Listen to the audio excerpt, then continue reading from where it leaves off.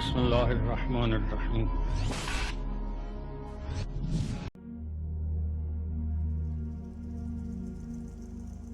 قسمت اول. توی قرآن بارها گفتیم خداوند متعال نیومده قصه تعریف کنه برای ما، داستان تعریف کنه. فاعتبروا، باید عبرت بگیریم. یه ماجرایی داره نقل میکنه، از تو دلش 10 تا نکته میخواد درآره. یکی از این اقوامی که من میخوام دست بزنم ویژگیون، یعنی 95% بحثمون همین قوم نوحه. این قوم یه سری ویژگی ها دارن، اون ویژگی ها رو وقتی شما می بررسی و آنالیز میکنی اصلا خندتون میگیره. اینقدر چه شباهت دارن به مردم. حالا اینا چه شاخصه هایی داشتن؟ اولین چیزی که در بین اینها خیلی خیلی دیده میشد پوزیتیویسم بود. یعنی من همینایی که هستم همون شدم، برای من قابلیت اثبات نداره آنچه را که نمیبینم. همه ما تحت تأثیر این تفکر هستیم، منتها کم و زیاد داره، بالا پایین داره، بعضی خیلی، بعضیامون کم. سران قوم به چند تا چیز اشاره میکنه. اولین حرفش این بود: تو هم یه آدمی مثل ما، تو هم یکی مثل ما، فکر نکنی فرقی چیزی داری. من گفتم من آدم نیستم، منم انسانم. برعکس انما انا بشر مثلکم یوحی الی، فرق اینه که به خدا وصلم. دور و برای آدمای با کلاسی نیستن، از دهک‌های پایین جمعیتند. ای نو، یه مش مستضعف دورتو گرفتن. 4 تا مایدار رو کن. قوم نوح حداقل باید میگفت ما نمیدونیم تو کی، پیغمبری، پیغمبر نیستی، اثبات کن برای ما. جالب اینو بدونید، یه معجزه نمیخواد ازتون، میگن اینو برو حوصله‌تو نداره، حرف نزن بابا. ببین مرحوم علامه طباطبایی صاحب المیزان چی میگه؟ میگه این طرز گفتار در نتیجه طرز تفکر خاصی است، تفکری که از ندیدن چیزی نبودن آن را نتیجه میگیره. نمیبینیم پس نیست. آیا این حرف صحیحه؟ نمیبینیم پس نیست؟ به هیچ. اما آنچه که تو دنیا امروز داره اتفاق میفته همینه ها.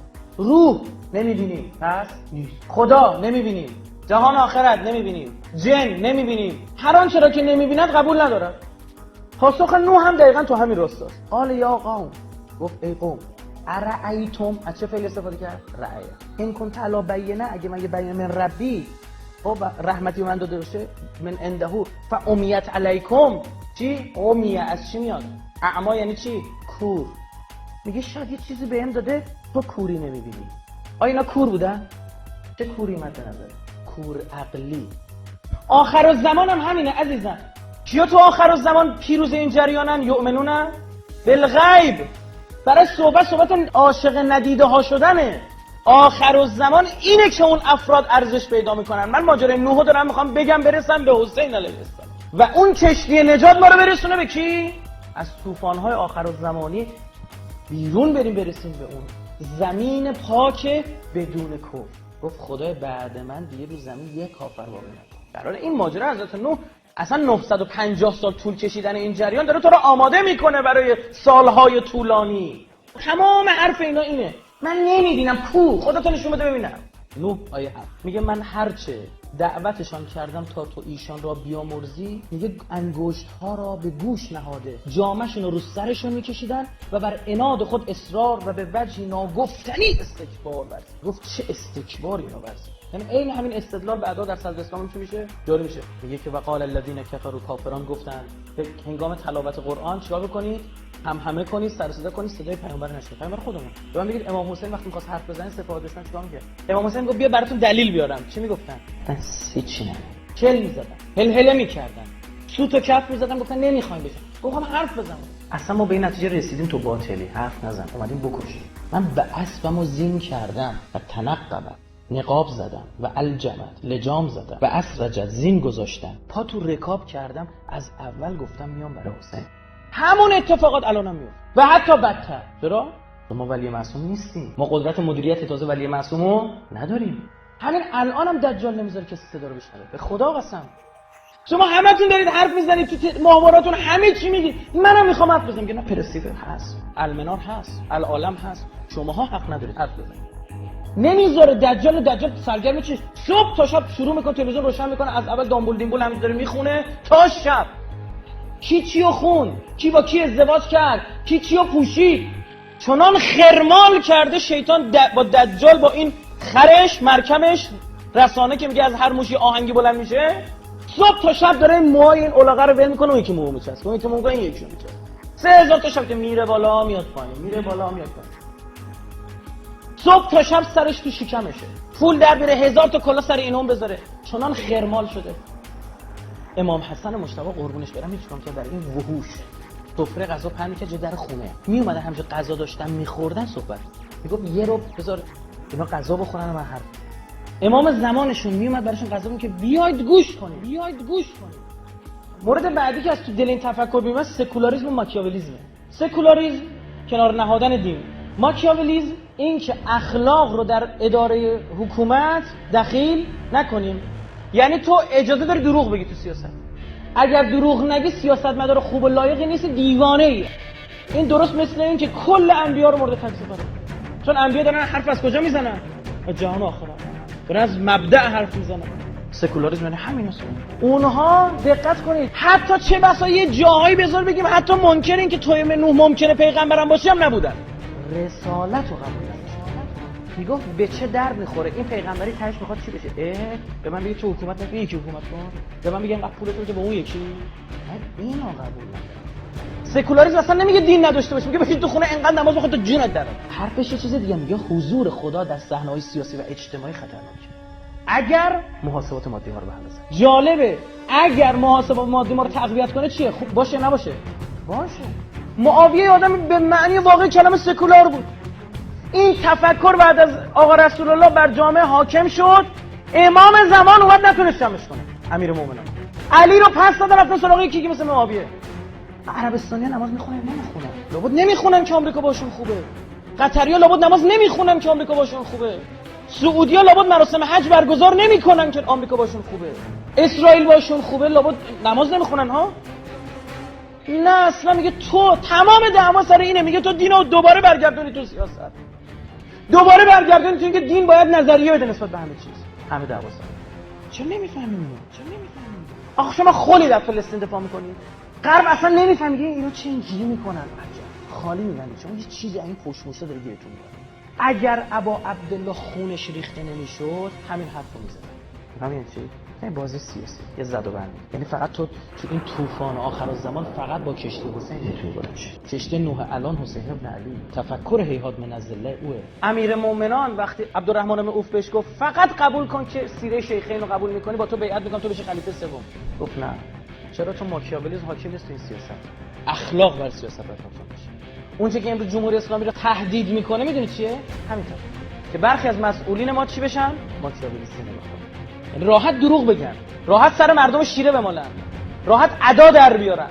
امیرالمومنین فرمود نه این اسمش پدر سوختگی، اگر به اینجور چیزا بود علی مکارترین فرد عرب. برتری اول تو این نگاه چیه؟ مقبول مردم بودن از نگاه چی؟ ملأ قوم. دو، سرمایه سالار بودن، پول داشتن، یعنی میشه جریان چی؟ سران زور رو چجوری به دست آورده؟ با پول. چرا؟ چون حتی دموکراسیشو بخوای نگاه بکنید چون پول داشته شبکه زده، چون پول داشته خوب نهار داده، چون پول داشته شناسنامه خریده، چون 3-4 میلیارد خرج کرده یه نماینده مجلس بشه. پول، مانی، با پول به قدرت هم رسیده. سران زور، قدرت، زر، پول، تزویر، فیلم بازی کرده و سران زر، خوبم زر میزنه، دهنش باز شده. توی این تفکر همه چی یه معنی دیگه پیدا میکنه، جهاد یه معنی دیگه پیدا میکنه، شهادت یه معنی دیگه پیدا میکنه، میشه خشونت دینی، میشه بنیادگرایی دینی، میشه عملیات انتحاری، کلا یک مفهوم دیگه پیدا میکنه. آیا شهادت سود نیست؟ آیا عباس بن علی علیه السلام سود نکرد؟ برعکس ما هم دنبال چیم؟ بگید دنبال سودیم به خدا. ما هم یوتیلیتاریانیستیم. منتها سود یعنی چی؟ خداوند از مؤمنان جان و مالشان را به بهای بهشت میخرد. رؤیای امریکایی که این همه دست میزنه این رؤیای مصری. حضرت موسی چی بهش گفت؟ اهبطوا مصر.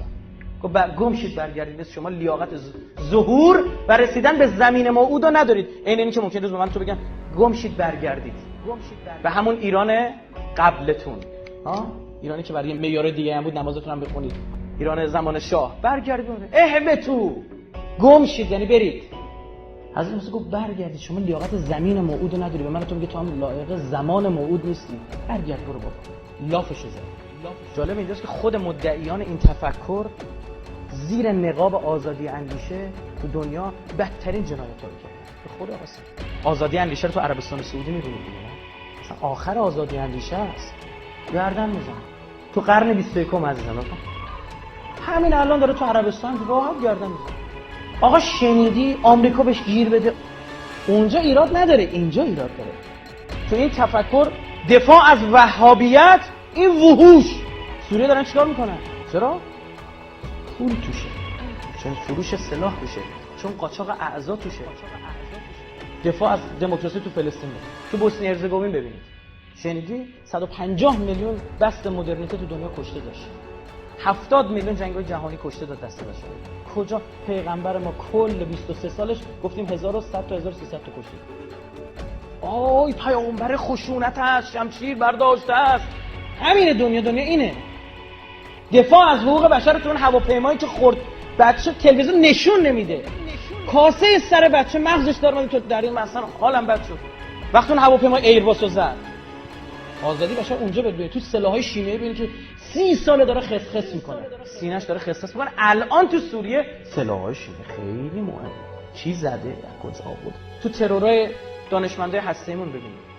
بابا ما برای خودمون داریم کار میکنه، از اونجا می تو مملکتت میکشه میره. کی داغا رو دلا گذاشت؟ حقوق بشر.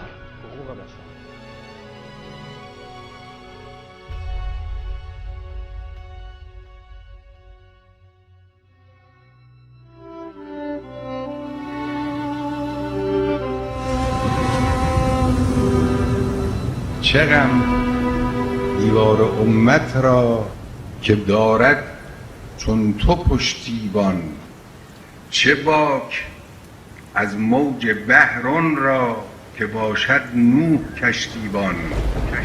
این نوح امام زمان است، روح این کشتی اوست، پشتیبان این امت اوست. واسطه فیض الهی به یکایک آحاد ما، به دلهای ما، به حیات فردی و اجتماعی وجود مقدس سید ما، مولای ما، خاتم الاوصیا دعا کن برای ما. و در رتبه قبل از او وجود مقدس خاتم الانبیا صلی الله علیه و صاحب ما تویی، صاحب این کشور تویی، صاحب این انقلاب تویی.